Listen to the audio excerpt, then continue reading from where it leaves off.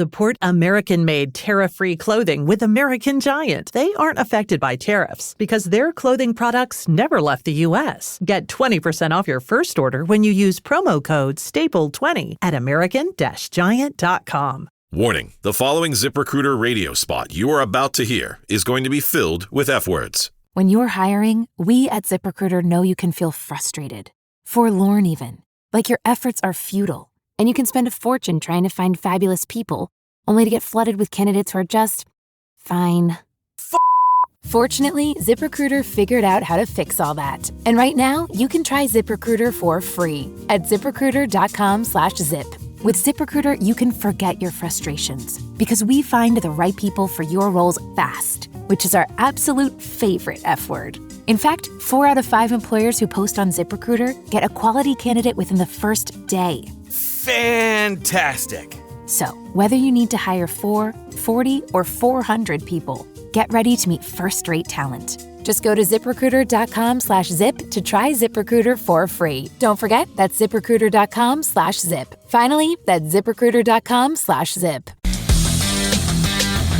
Hey, warmer from the low! Welcome to lovely Las Vegas for Coast to Coast Heaps with myself, Greg Heaps Peterson, now part of the VSiN Family Podcast. We've got an excellent podcast for you as we're going to be joined in a few minutes by one of our good friends, Ryan McIntyre. He does such an amazing job over at the Sports Gambling Podcast Network. We've got a lot of things to talk about with him as we did a pair of conference previews on the podcast the last 2 days, so I'll talk a little bit about the Summit League. We'll talk a little bit about the SWAC as well. I do want to get his thoughts on Bethune-Cookman because I think that actually might be one of the best mid-major teams out there in college basketball this season, with picking them number 1 in my SWAC conference preview. And he has a little bit of a knowing of Corey Barnett, who is going to be taking over at Oral Roberts. And I do want to talk with him a lot about some of these newer coaches. Which of these new coaches have a chance to be able to have some success? Which are a few guys that are flying a little bit under the radar? We'll talk a little bit about the Big Ten, the way that they've been able to really revolutionize themselves over the past few years. We're also going to be talking about some of the teams that he's looking to /fade towards being part of the season. I've talked about this a little bit on the podcast here over the last week or two, and I'm going to be talking about it more and more as we get set for the opening week of the college basketball season.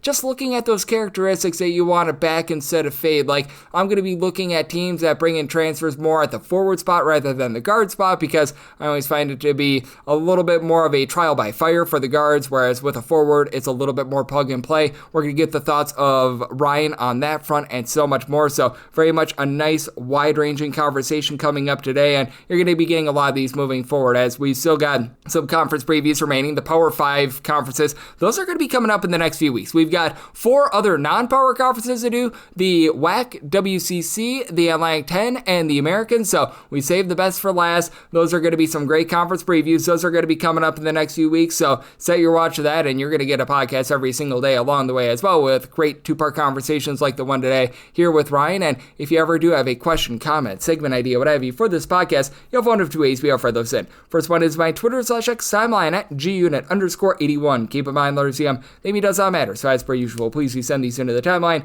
And the other way is find an Apple Podcast review. If you rate this podcast 5 stars, it is very much appreciated. And then from there, you're able to fire in whatever you'd like to hear on this podcast via that 5-star review. And while I did not get in any Twitter/X questions today, everything is powered by EdgeBoost. EdgeBoost is making sure that bettors are able to have access to their funds whenever and wherever they want. That 100% of gambling transactions do indeed get approved. And when you go to edgeboost.bet, put in that promo code of Greg, G-R-E-G. That's going to get you a $1 for $1 match on your first deposit up to $25. Now let's chat with our good friend in Ryan McIntyre. He does great work over at the Sports Gambling Podcast Network. He does great work with another one of our buddies in Kobe Dant with the show The College Experience. If you're looking a little bit more for West Virginia athletic information as well, he does a great job with Ryan and Rush Show. And it's not just college basketball with them. They do over there at the College Experience a little bit of college baseball. Obviously this time of year, college football. I know that Ryan McIntyre does a great job on that front, and you're able to follow him on the old Twitter/X at Moneyline_Mac, spelled M-A-C on Mac. And Ryan, it's always a pleasure, my friend. Thank you so much. Greg, appreciate you having me, man. Less than 2 months till college hoops. Yep, we are starting to get there. I know that you and our good friend Kobe Dant, who joined me on the podcast a few days ago, you do great work over there at the Sports Sports Gambling Podcast Network taking a look at college football. So obviously a great weekend for you guys, but also that means that we are closer and closer to this great sport. And I do want to take a look at a few coaching hires that we've seen in the offseason. And I just did this conference preview a few days ago for the Summit League. And you know Corey Barnett about as well as anyone, because obviously he was part of the West Virginia coaching staff last season. How do you take a look at a guy like that going on over to Oral Roberts, where for Oral Roberts, it's obviously been a little bit down ever since they had Paul Mills leave the program, but I really like the style overall of Barnett, and I do like the fact that he sort of did a mix of different things, because I find with a lot of first-year coaches, they either go all in on one thing, all in on another thing, and it felt like he found some balance when he built out his Oral Roberts team. Yeah, he's worked under two defensive primarily guys. I mean, you thought they maximized everything that they had, but I also think he has a good track record with Steve Alford, working for him at Nevada, UCLA. He played at Indiana. He's familiar with the Midwest. I know that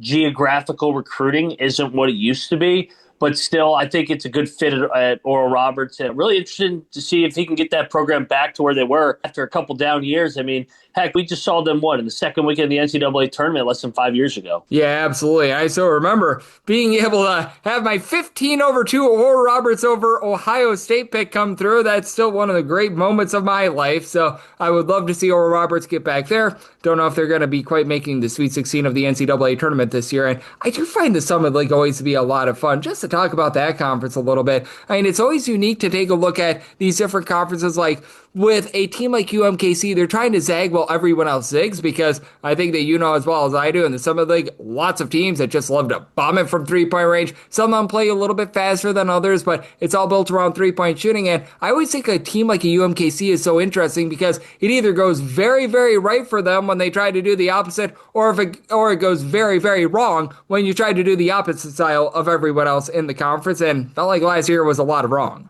Henderson leaves South Dakota State. They kind of been the cream of the crop in that league, whether it was Otzelberger, always had a winning culture there in the Summit League. But it really is such a unique league. I mean, we saw Omaha catch fire, the Crutchfield, and really get it done. And the Tommies have slowly been building year after year after year. Tor does a great job out there. It feels like a throwback league, Greg, just because it's a bus league between the Dakotas, over there to Missouri, to Denver. I've always liked the Summit, and I find it fascinating, just the conference tournament. I'm excited for the Summit once again. Year after year, State, they've won games in the end. North Dakota State beat over the 1 year. And then, of course, what we were talking about with Oral Roberts. We do have Ryan McIntyre, who does such great work over at the Sports Gambling Podcast Network, joining me on Coast to Coast Soup. Said, no doubt about it. It is always nice to see the Summit League win a game or two in the NCAA tournament. And is there a conference that you feel like might be able to be sort of that this year? A conference that might be able to produce a team or two that could win a game in the NCAA tournament? Because we just talked about with Summit League, Grand Canyon, obviously, and the WAC was able to do so. I don't think that the WAC is going to be having quite that level of success this year now that Grand Canyon's over there with the Mountain West. So unfortunately not. But is there a conference or two that you look at that they could be able to develop that 13 seed, that 14 seed, and really be a threat in the NCAA tournament this year? Great question.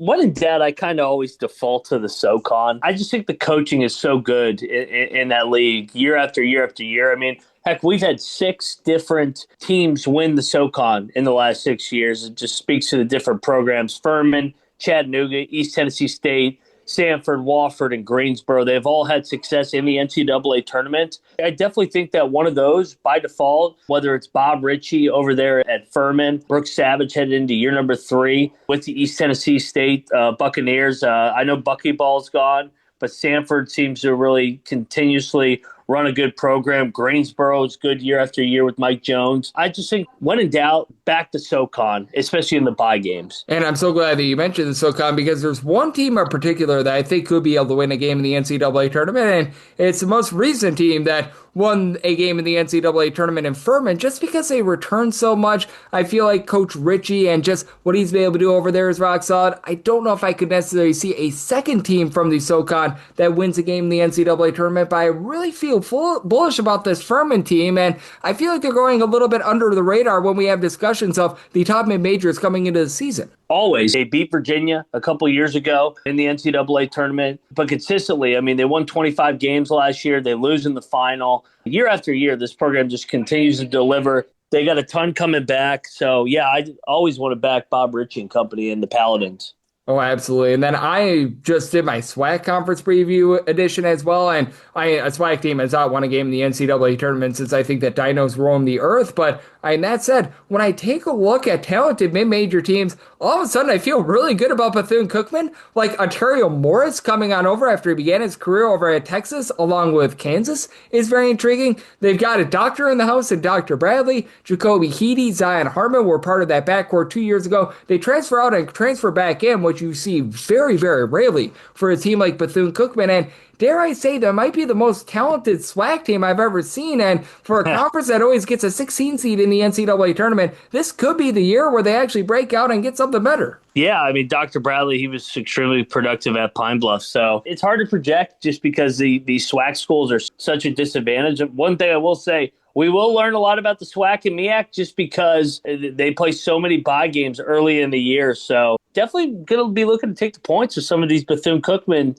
lines before the travel really sets in. Yes, no doubt about it. And I think that that's something so good to be taking a look at for the upcoming college basketball season. And I want to touch upon that a little bit more on the flip side. What are some of the characteristics of teams that you want to /fade towards the beginning part of the season? I've talked about it quite a bit with wanting to back a few more of these teams, built a little bit more around transfers that come in the low post rather than transfers that come in the backcourt. We'll pose that question to Ryan. We're also going to be talking a little bit of Big Ten with Ryan as well, taking a look at some of the big splashy coaching hires that are out there, how the Big Ten is looking a little bit different now than it did a few seasons ago, and maybe a team or two that Ryan is feeling bull/bearish on coming into the season. That's up next right here on Coast to Coast Hoops with myself, Greg Peterson, now a part of the Peterson Family Podcast.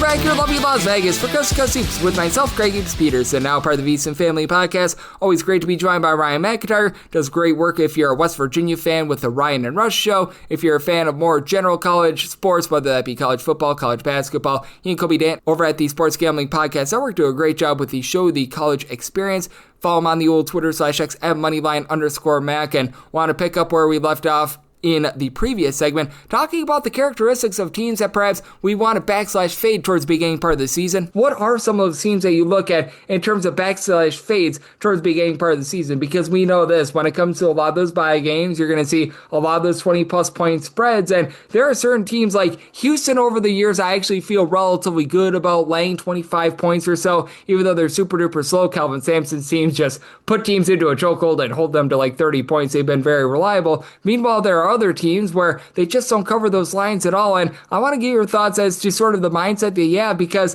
when it comes to college basketball, I think that it's one of the sports out there that you don't want to utilize a lot of trends for. But I think that in terms of some of those bye games, that's the one time in college basketball where I think that you can throw out there some of those trends and have them actually hold a little bit of water. I agree. Houston and Purdue are kind of the ones that really pop to mind, that really take advantage of these bye games. I just think that the culture in place, the continuity. We've kind of seen it at the college football a little bit to start the year. I mean, these teams just replace so much. And I think we've seen it more and more with the Dogs in November that have been profitable because of that. But, I mean, you look at teams like Houston and Purdue that return so much, kind of throw them call them a throwback team in college hoops just because they return 75-80% of their production. I look to back those teams early in March or early in November. Yep, I'm right there with you. And I don't know about you, but there are some teams that bring in transfers that I want no part of whatsoever. There are other teams that bring in transfers that I think they could be rock solid. I feel like the teams that they bring in more of the big men rather than the backcourt are the teams I want to be backing a little bit more, because I feel like it's easier for a forward to find his footing with a new school rather than a guard. Like,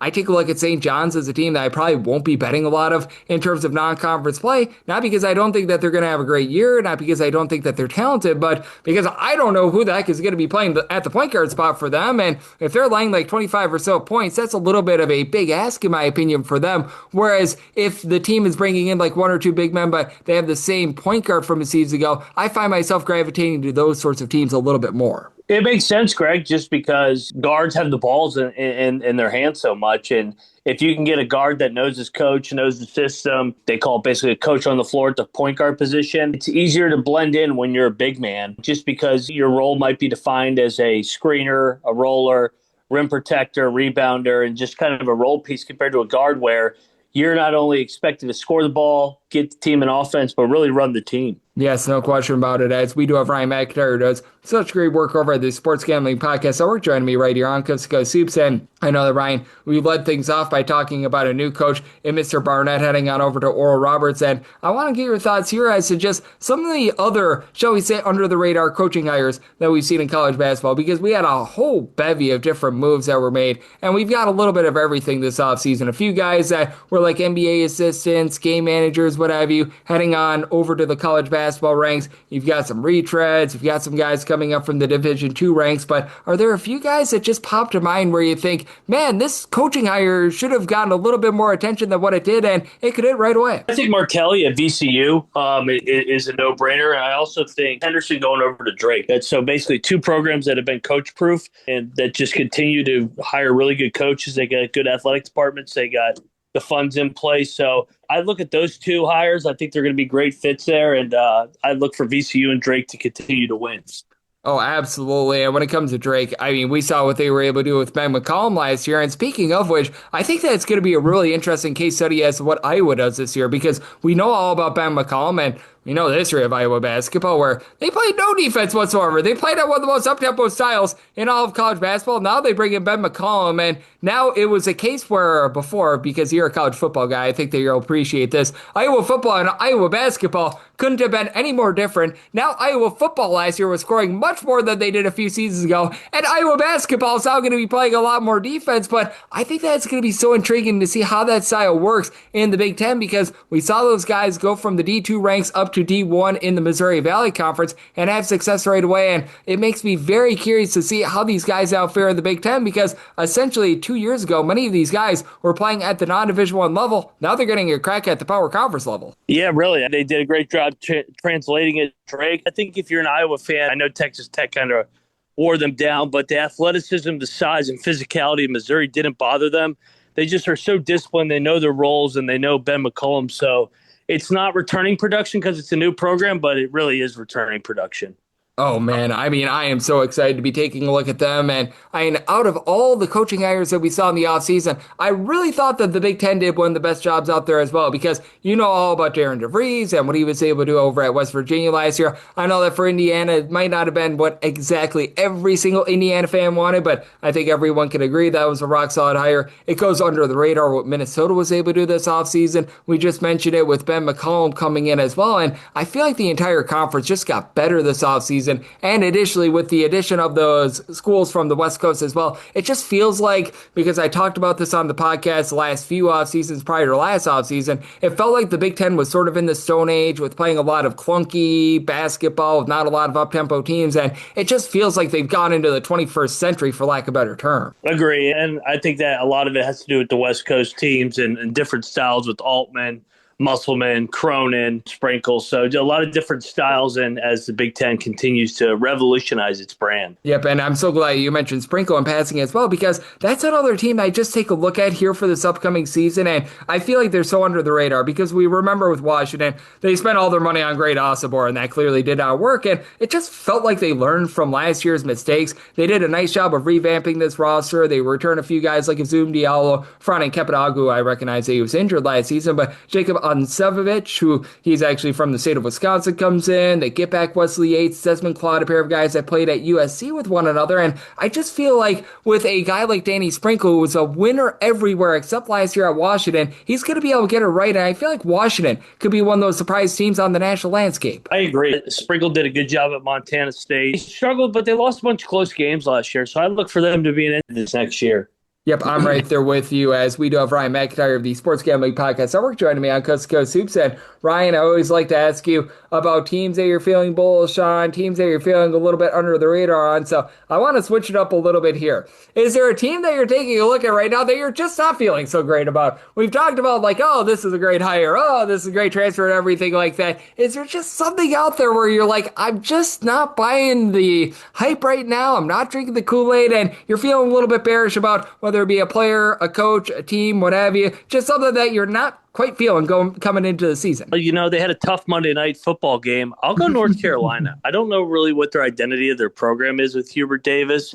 I know they have a lot of money they've been spending. I think that this roster is still a little bit underwhelming for what expectations are in Chapel Hill, and I think they're going to be kind of a bubble team once again coming into the new year. Yeah, for North Carolina, they seriously have been spending a lot of money on their programs. Like, to be able to get Bill Belichick, that was not cheap, and the balloons at the post-game press conference, might want to do away with those after your team loses at home to TCU by multiple touchdowns. Just a little bit of a word to the wise there, but certainly it's going to be fun to take a look at them. And the ACC, by the way, because we talked about the Big Ten having some good coaching hires in the offseason, pretty rock solid there. Not as rock solid as you, though, Ryan. You do such a great job over there at the Sports Gambling Podcast Network. You and Kobe are just such a dynamic duo, not just doing college basketball, but I went in season, college baseball. You guys do a great job on the college football front as well for those that are looking to get in their weekly bets before the college basketball season as well. So love to get people at home know what's all on tap for you and how people can follow along on social media and other platforms. Always appreciate it, Greg. Yes, college experience. We began the OVC this week and all, 31 conferences headed into college hoops November 3rd. I appreciate it, man. Absolutely. And Ryan, he's doing such a superb job taking a look at this great game of college basketball every single time he joins me. Learned such great insights and did so once again today. So big thanks to Ryan for joining me on Coast to Coast Hoops, now part of the VSiN family of podcasts. And if you do like what you're hearing from this fine podcast, Coast to Coast Hoops, you're able to subscribe wherever you get your podcasts, Apple Podcasts, Google Play, Spotify, Stitcher, and TuneIn. If you have a question, comment, segment idea, what have you for this podcast, you have one of two ways we all fire those in. First one is my Twitter/X timeline at gunit_81. Keep in mind, letters CM. The name does not matter, so as per usual, please do send these into the timeline, and the other way is find an Apple Podcast review. If you rate this podcast 5 stars, it's very much appreciated. From there, you're able to fire in whatever you'd like to hear on this podcast via that 5-star review. You heard it this week. The conference previews are coming hot and heavy. We're going to be getting into the power conferences soon. We still have the WCC and the WAC in terms of more of the mid-majors, and then the high mid-majors in the American and the Atlantic 10, and then from there, it's the Power 5 conferences. So that's very much on the rise, and I know that many of you guys have been asking for those. I always do the power conferences best for last. I've got you guys all covered there, and these are evergreen podcasts. I make sure that there's no news or anything with regards to these conference preview podcasts. They're always standalone, so whether you're listening to a conference preview podcast that was done in July, in June, or anything like that, it's still going to be pretty fresh today. When they come out fresh, obviously they're going to be rock solid for you guys, but you can listen to them all throughout the offseason, so they're going to be there for your leisure, and you're going to be getting many more of those in the next few weeks. And in the meantime, when we don't do conference previews, we have great chats just like the one that we had with Ryan today. So I appreciate you guys joining me today, and I'm with you guys every single day, regular season and off season, so I'll be back with you once again tomorrow. Thank you.